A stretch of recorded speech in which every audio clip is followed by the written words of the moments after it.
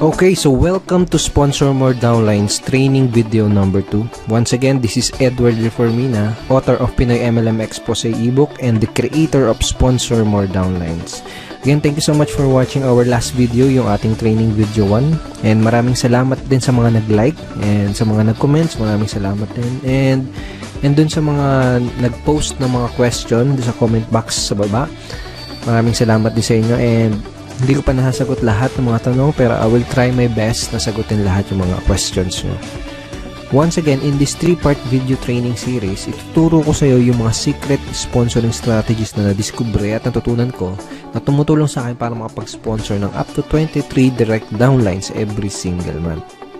Ang pinaka-goal ko sa training series na to is ma-share sa iyo at maituro sa iyo yung ilan sa mga sponsoring strategies na yun, and hopefully is magamit mo din siya sa business na ginagawa mo ngayon para makuha mo yung mga resulta na gusto mong makuha. Okay? Dun sa first video, pinag-usapan natin yung mga common problems na nararanasan ng mga Pinoy networkers. And sa video 1, tinuro ko din sa iyo kung paano ka makakapag-save ng valuable time mo, ng effort at ng pera by learning how to sort out or learning how to pre-qualify your prospects. And dun sa video number 1, binigyan din kita ng ilang mga lines na magamit mo para malaman mo kung qualified ba yung prospects na kinakausap mo. Okay? Dito naman sa video number 2, ang mga pag-uusapan natin ay yung mga common MLM myths, number 1 challenge ng mga Pinoy networkers, and tuturo ko din sa iyo kung paano mo sasagutin yung top 3 most common MLM objections. Okay? So, una natin pag-usapan ay yung common myths o yung mga maling akala ng mga networkers. Ito yung mga myths na pinaniniwalaan ng mga Pinoy networkers na pumipigil sa kanila para maging successful at para magkaresulta. Okay, ano yung mga myths na yun? Una, hindi ako makapag-sponsor dahil wala pa akong resulta o hindi pa ako kumikita. Madalas mong maririnig to sa mga networkers. Kadalasang marinig mo sa kanila is hindi ako makapag-recruit, hindi ako makapag-sponsor, o wala pa akong downlines kasi hindi pa ako kumikita o kaya wala pa akong resulta. Isa to sa mga myth na pinaniniwalaan ng mga networkers, kaya madalas mo itong maririnig sa kanila. Okay? Pangalawang myth is maraming tao ang negative ang tingin sa network marketing. Karamihan ng networkers ang nasa isip nila, lahat ng taong kinakausap nila ay negative. Lahat ng kamag-anak nila ay negative sa network marketing. Okay? Isa yan sa mga myth na pinaniniwalaan ng mga networkers. Pangatlo, hindi ako makapag-recruit dahil hindi ako magaling mag-convince. Ito, isa to sa madalas na marinig mo sa mga, even in my team, my personal team, tsaka sa mga networkers na from other companies na nakakausap ko, madalas ko narinig ito. Karaniwang sinasabi nila ay hindi ako nahihirapan ako sa business ko, hindi ako makapag-sponsor kasi hindi ako magaling mag-convince. Okay? So, ito yung tatlong maling akala or common myths na pinaniniwalaan ng mga networkers. Mamaya babalikan natin itong mga common MLM myths na to, pero ngayon gusto ko munang ipakita sa iyo yung ginawa ko couple of weeks ago. Basically, nag-survey ako sa 1,000 mahigit na Pinoy network marketers from different MLM company. At doon sa survey na yon, may tanong na, ito, ano yung pinakamadalas na objection na nakuha mo mula sa mga prospect mo? Okay, ito yung mga nagisagot nila. Ang pinakamataas na sinabi ng mga Pinoy networkers na kadalasan natatanggap nila mga objections ay ito, wala akong pera. Okay, 21%. And pumangalawa is yung pyramiding ba yan, which is 18%. And pumangatlo, na pinakamadalas na nakukuha nilang objections is ito, magkano na bang kinita mo dyan? O magkano na bang kinikita mo dyan? Parang ganun. Kung titignan mo yung resulta dito sa survey na to, makikita mo na related yung mga objections na natatanggap ng mga Pinoy networkers dito sa mga common MLM myths na pinaniniwalaan ng karamihan networkers. Okay? For example, ito, hindi ako makapag-sponsor dahil wala pa akong resulta. Kaya iniisip ng mga networkers na totoo to dahil kadalasan na tinatanong sa kanila ng mga prospects ay yung objection na magkano na bang kinita mo dyan. Pwedeng ganito yung nangyari. May prospect kang kinakausap, in-explain mo sa kanya yung opportunity o kaya dinala mo siya sa opisina niyo para panoorin yung BOM. Ngayon, after niyang ma-explainan, nagtanong siya sa'yo, nagbigay siya ng objection na magkano na bang kinikita mo dyan? Ngayon, kung bago ka pa lang, normal lang na syempre, maliit pa lang or wala ka pang kinikita. At posible din na hindi mo pa alam kung paano sagutin ng tama ang ganitong klase ng objection. Ngayon, kung hindi siya sumali, ang magiging thinking mo ngayon, ang papasok ngayon sa isip mo, ay hindi siya sumali kasi hindi pa ako kumikita. Ay hindi siya sumali kasi maliit pa lang yung kinikita ko. Ay hindi siya sumali kasi wala pa akong resulta. Okay na gets mo? Yung pangalawa, tingnan natin. Maraming tao ang negative ang tingin sa network marketing. Posible din na may prospect kang kinakausap na explainan mo na siya. And then, nagbigay siya ng objection na pyramiding ba yan?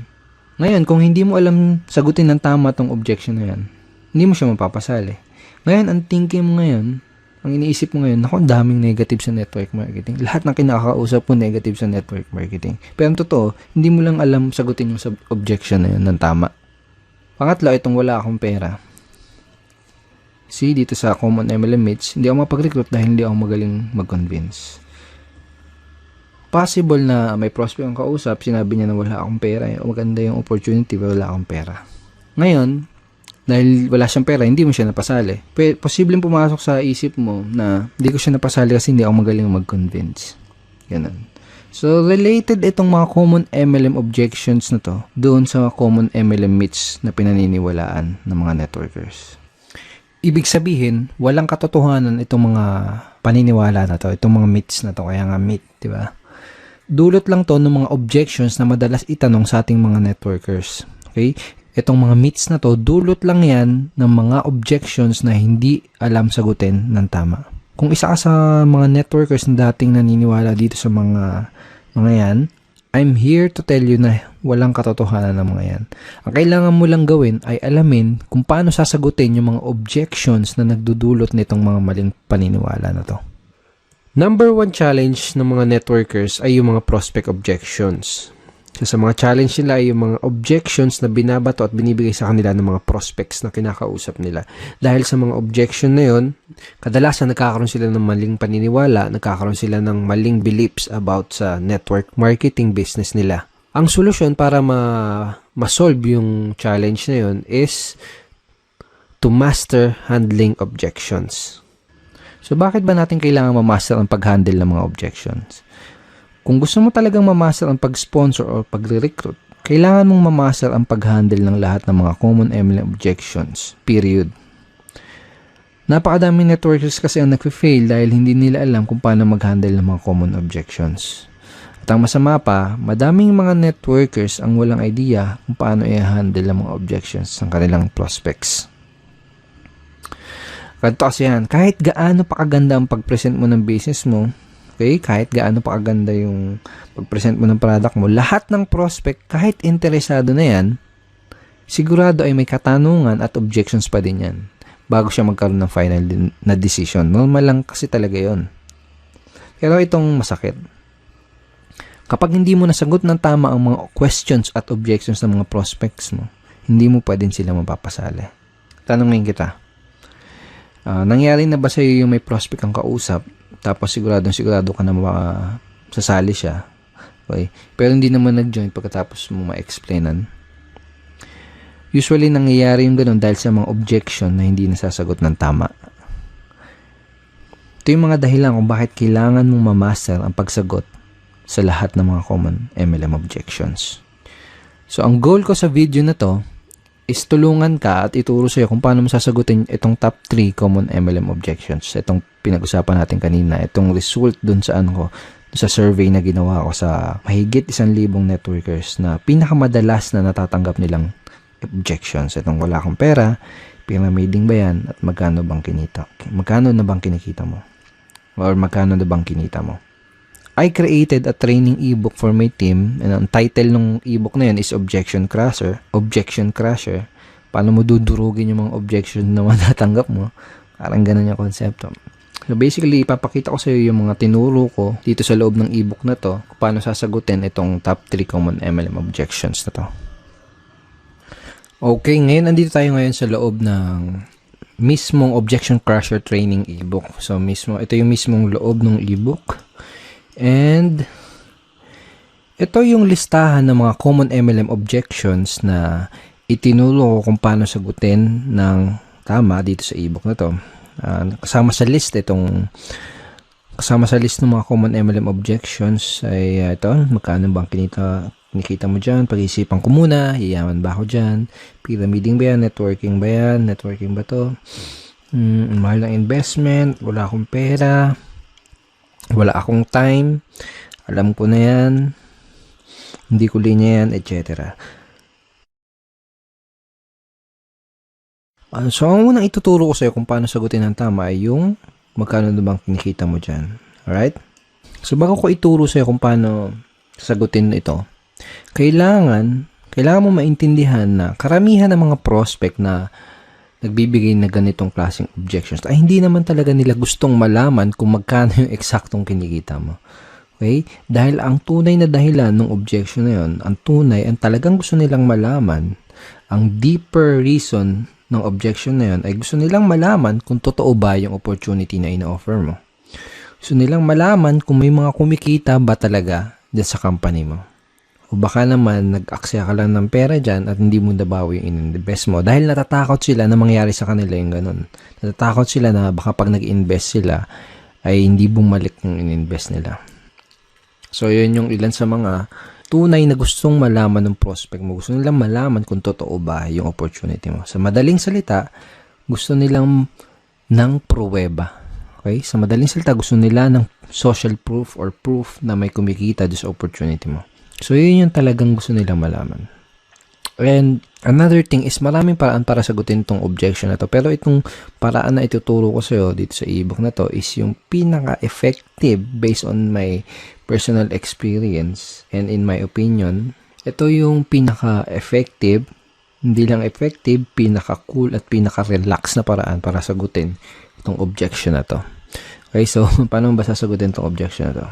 So for example, may kausap ka na prospect. Tinanong ka niya, magkano na bang kinita mo dyan? Ang isasagot mo, magkano ba yung gusto mong madinig para maging interesado ka? Okay? O kaya, magkano ba yung gusto mong madinig para maging interesado kang tignan yung opportunity na to? O kaya naman, magkano ba yung gusto mong madinig para ma-impress ka?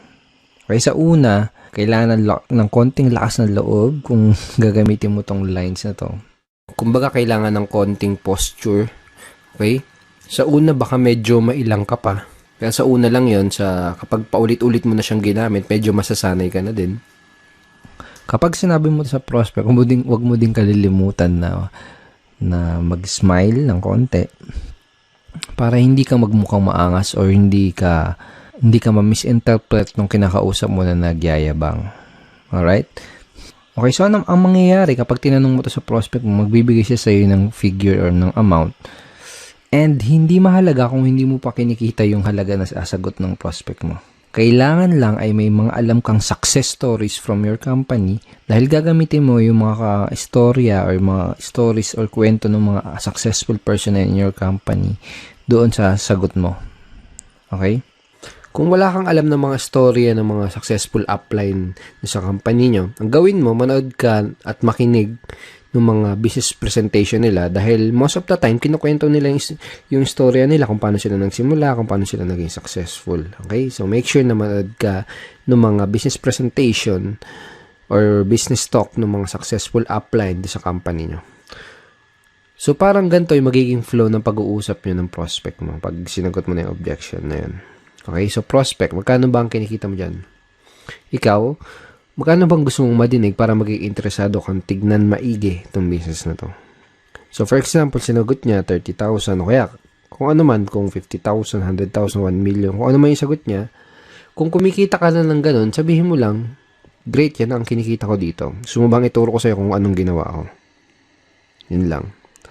Kung hindi mo pa kinikita yung sinabing figures ng prospect mo, ang sasabihin mo lang is ito.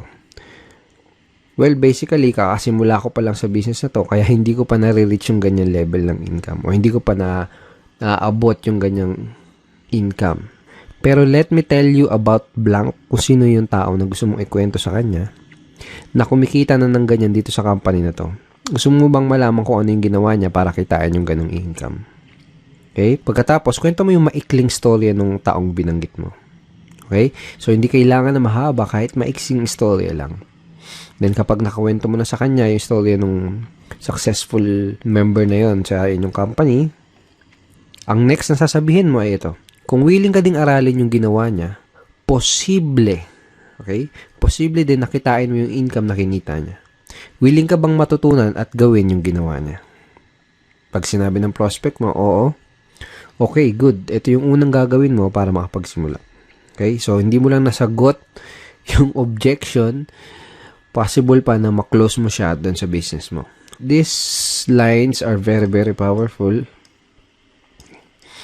So, use this kapag may na-encounter ka na ganitong objection. Magkano na bang kinikita mo dyan? Okay? And again, sinabi mo dun sa prospect mo na possible. Posible din nakitain niya. Ibig sabihin, hindi mo ginagaranti. Okay? Sinabi mo, posible. Kung gagawin niya, kung aaralin niya yung ginawa ng upline mo na yun, yung successful na tao na yun sa company niyo, posible din nakitain niya yung income na yun. Sinasabi mo yun kasi it's not good to guarantee yung result na makukuha niya, di ba? Kasi magdedepende pa rin doon sa tao. Magdedepende pa rin yung resulta ng tao na yun doon sa action na gagawin niya. Okay? And last tip, maganda rin na idea kung ipapakilala mo siya doon sa mga successful and higher uplines doon sa team nyo or sa company nyo. Okay? Para mas tumibay yung social proof. Okay? Again, kasi kaya nga tinatanong to ng prospect mo kasi medyo may duda siya kung totoo ba yung opportunity na ginagawa mo.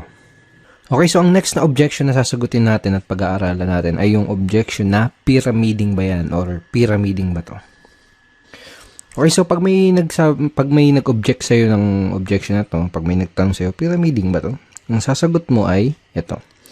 Yes, pyramiding to and welcome to Egypt. So yan, hindi, biro lang.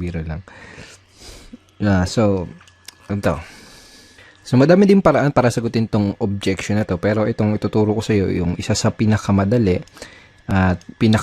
lalo na kung nagsisimula ka pa lang, and pinaka-enjoyable na paraan kung paano sagutin tong objection na to. So for example, sabi sa'yo ng prospect mo is pyramiding ba to, tinanong niya, sasagutin mo din siya ng tanong. Okay? Isa sa mga natutunan ko is one of the best way to answer objections is to answer it with questions. Kumbaga, tanungin mo yung tanong nila. Okay? So, for example, in this objection, tinanong niya, pyramiding ba to? Tatanungin mo, anong ibig mo sabihin? Yung mga illegal?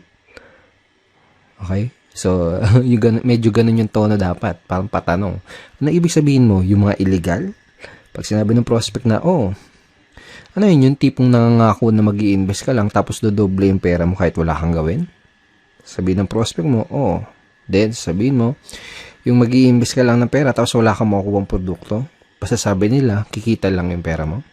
Sabihin ng prospect mo, Then, itatanong mo sa kanya, ganun ba yung hinahanap mo? Ganun ba ang hinahanap mo? Natural, isasagot ng prospect is hindi. Okay? Pag sinabi niyang hindi, ito sasabihin mo, okay, that's good, dahil kabaligtaran ito nun. So, in that way, ipinaalam mo sa kanya, kumbaga dito sa paraan na to ng pagsagot dito sa objection na to is parang dinefine mo kung ano yung pyramiding. At sinabi mo sa kanya na yung business mo, yung opportunity mo, is kabaligtaran ng definition na yun ng pyramiding. Of course, I'm assuming and dapat napakita mo na din sa kanya yung mga legal documents na magpapatunay na legal nga yung company nyo. Pero kaya ako tinuro sa iyo yung ganitong paraan is mostly kasi ng mga prospect mo na magbibigay ng gantong klase ng objections ay yung mga tao na hindi educated or walang idea sa difference o pagkakaiba ng pyramiding kumpara sa legitimate network marketing opportunity. So, mas magkakaroon ng sense sa kanila yung ganitong simpleng conversation lang. Okay, so use this simple objection handling script next time na may prospect na magtatanong sa'yo ng pyramiding ba to or pyramiding ba yan. Now, ang susunod na objection ay yung wala akong pera. Ang unang kailangan mong maintindihan ay may dalawang klase ng prospect na nagsasabi ng ganitong klaseng objection. Yung isa ay yung wala talagang pera at yung isa naman ay yung mga nagpapalusot lang. Okay? So, let me share you. Dati, nung nagsisimula pa lang ako sa network marketing, is madalas ko natatanggap tong objection na to. Pero ngayon, never. As in, never ko na siya natatanggap. Dahil remembers dun sa training video number 1 natin, chinare ko sa'yo, At sinabi ko sa iyo na kina-qualify o sinasort out ko maigi yung prospect ko bago ko ipakita sa kanya yung business presentation ko. Kumbaga, kung wala silang sapat na reason why, hindi ako mag-aaksaya ng panahon para ipakita pa sa kanila yung business dahil alam ko na mag-aaksaya lang ako ng oras at alam ko na magpapalusot lang sila. So, kung may nagbigay sa iyo ng ganitong klase ng objection, ang unang kailangan mong malaman is kailangan malaman mo kung nagsasabi ba sila ng totoo or kung nagpapalusot lang ba sila. So, paano mo malalaman yun? Tatanungin mo sila. Okay, tatanungin mo sila kung totoo ba na wala silang pera. So, paano mo gagawin yun? Ganito, simple lang. Pag sinabi ng prospect na wala silang pera, tatanungin mo sila, pwede bang magtanong? Tanong mo, okay lang ba sa'yo kung magtapatan tayo sa isa't isa? Ibig mo bang sabihin ay interesado ka sa business na to pero wala ka lang pera? O sinasabi mo lang na wala kang pera dahil mabait ka lang na tao at ayaw mo kung ma-offend kaya hindi mo kagad masabi na hindi ka interesado? Okay? So make sure to smile again. Kapag sinabi nila na hindi talaga sila interesado, just let them go. That person is not right for your business. Pwede mong sabihin na I understand, hindi naman kasi talaga para sa lahat ng business na to. Ang hinahanap lang namin ay interesado at yung talagang pwedeng matulungan na opportunity na to. And thank you for your time. Ganun lang. Be professional. Okay? Hindi mo kailangan ipagpilitan yung opportunity mo dahil network marketing is a sorting business. Okay? Naghahanap lang tayo ng mga tao na magiging interested dun sa in-offer natin. Alright? So, for example, kung sinabi naman ng prospect na wala lang talaga siyang pera, ganito yung pwede mo sabihin sa kanya. Okay, so ganito. Unang gagawin mo is makikisimpatya ka or makikisimpatize ka dun sa situation ng prospect mo. Parang ganito. Naintindihan ko yung sitwasyon mo. Nung una ko nakita tong business na to, ganyan din yung sitwasyon ko at ganyan din yung sinabi ko. Wala akong pera. Pero na-realize ko, kung wala akong gagawin na paraan at kung wala akong gagawing bago, wala di mangyayaring bago. Kung 5 years ago sinasabi ko yung salitang wala akong pera, malamang 5 years from now ay paulit-ulit ko pa ding sasabihin yung salitang wala akong pera. Kaya ang ginawa ko, gumawa ako ng paraan. Tapos, ikwento mo sa prospect mo kung ano yung ginawa mo paraan para makapag-start ng business. Well, obviously, sasabihin mo sa prospect mo to kung medyo ganito yung nangyari sa'yo bago ka magsimula ng network marketing business mo. Pero for example, kung hindi ganito yung situation mo na nag-start ka ng network marketing, pwede mong gamitin or pwede mong i-leverage yung mga istorya ng mga ibang members sa team nyo or ibang members sa company nyo. For example, ganito. Naintindihan ko ang sitwasyon mo. Maraming tao ang ganyan din ang sitwasyon nung una nilang nakita tong business na to. Sinabi din nila na wala silang pera. Pero na-realize nila, wala silang gagawin na paraan at kung wala silang gagawin bago, wala din mangyayari sa kanilang bago. Kung 5 years ago, sinasabi nila na wala silang pera, malamang 5 years from now, paulit-ulit pa din nila sasabihin yung salitang wala silang pera. Kaya ang ginawa nila, gumawa sila ng paraan. Pagkatapos, ikwento mo yung story ng other members from your team or members from your company. Okay? Pagkatapos mo nang ikwento yung ginawa mong paraan or yung ginawang paraan nung ibang member sa team nyo, ito yung next na sasabihin mo sa kanya. Ito yung gusto kong itanong sa'yo. Gusto mo ba na habang buhay mo nalang sasabihin yung salita na yan? Wala akong pera. Okay, di isasagot sa'yo ng prospect mo? Syempre hindi. Diba? Then, tatanong mo sa kanya, ano yung pwede mong gawin na paraan? Okay? So, siya na mismo magsasabi sa'yo ng paraan na pwede niya gawin para makapag-start ng business. So, simple lang, di ba? Kayang-kayang i-apply. Okay? So, use this scripts, use this way of handling objection next time na may magsasabi sa'yo ng objection na wala silang pera. Of course, kailangan mo practicein yan. Sa unang bagsak mo, sa unang best mong gagamitin yan, medyo magkakamali-mali ka pa. Okay? Okay? It takes practice. Natural lang yan. Sa unang magkakamali ka. But use it ng paulit-ulit para masanay ka and na ma-internalize mo yung pinaka-approach or yung strategy. So, thank you so much for watching our training video number 2. I hope madami kang natutunan at I hope ma-apply mo kagad itong mga bago mong nalalaman sa business mo. Okay? At may isa pa akong good news sa'yo. May ginawa akong free PDF script na pwede mong i-download. Okay? Yung download button is nasa baba ng video na to. So, download mo yan. Basically, nakalagay din sa PDF script na yan yung mga objection handling script na pinag-aralan natin dito sa video training number 2. So, download mo yan para ma-review mo palagi yung mga tinuro ko sa yung bago.